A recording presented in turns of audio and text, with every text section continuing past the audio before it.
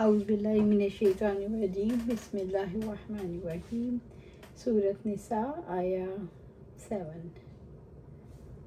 اس آیت کا شان نزول جابر بن عبداللہ فرماتے ہیں، سعد بن ربیع رضی اللہ تعالیٰ عنہ کی بیوی اپنی بیٹیوں کو جو سعد رضی اللہ تعالیٰ عنہ سے تھیں لے کر آپ صلی اللہ علیہ وسلم کی خدمت میں حاضر ہوئی اور فرمانے لگیں، اللہ کے رسول، یہ دونوں سعد بن ربیع کی بیٹیاں ہیں۔ ان کے والد احد کے دن آپ صلی اللہ علیہ وسلم کی میت میں جنگ کرتے ہوئے شہید ہو گئے۔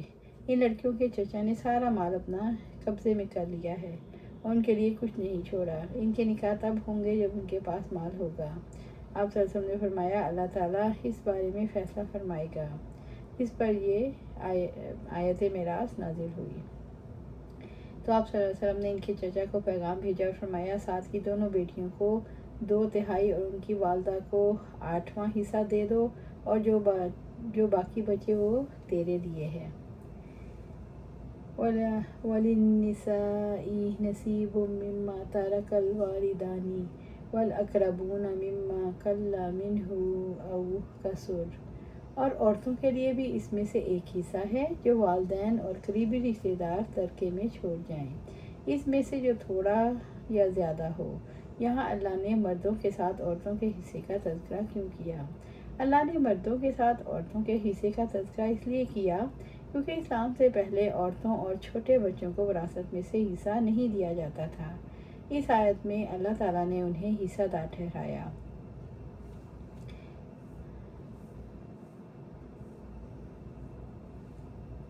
للرجال نصیب مما ترک الوالدان والاقربون مما قل منہ او کثر۔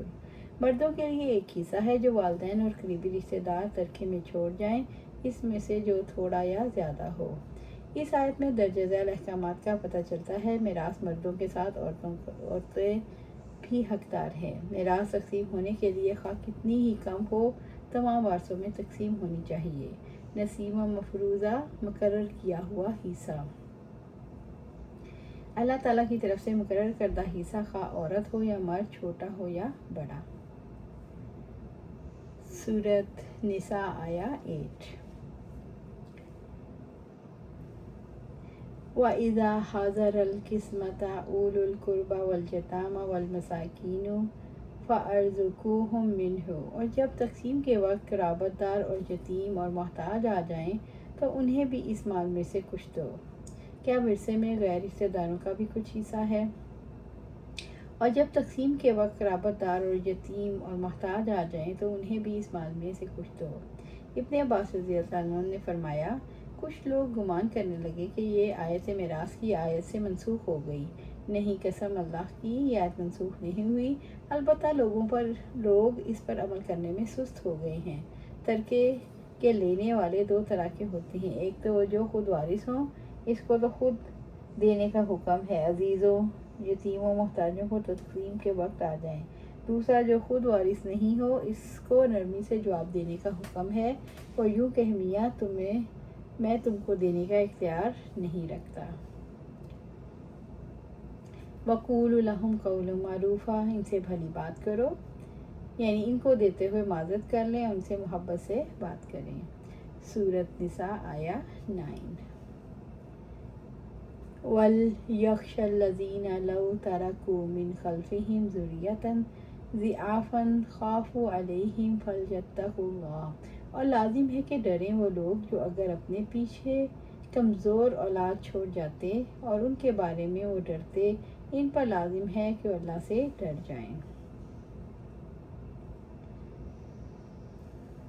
اللہ تعالیٰ نے ان بچوں کے بارے میں ہر وقت خوف الہی رکھنے کی تلقین کی۔ اللہ تعالیٰ نے یہ تلقین کی کہ ان کے مال کی حفاظت کرتے ہوئے، ان کی تربیت اور نگرانی کرتے ہوئے سیدھی بات کریں۔ وَلْيَقُولُوا قَوْلًا سَدِيدًا، سیدھی بات ہی کہیں۔ قولاً سدیدہ سے مراد درست بات کرنا ہے۔ یتیم کے اولیاء کو کہا گیا کہ وہ حق بات کریں۔ مریض کی عیادت کرنے والا نے جا خرچ کر کے اولاد کو نقصان پہنچانے والوں کو حق بات کہیں۔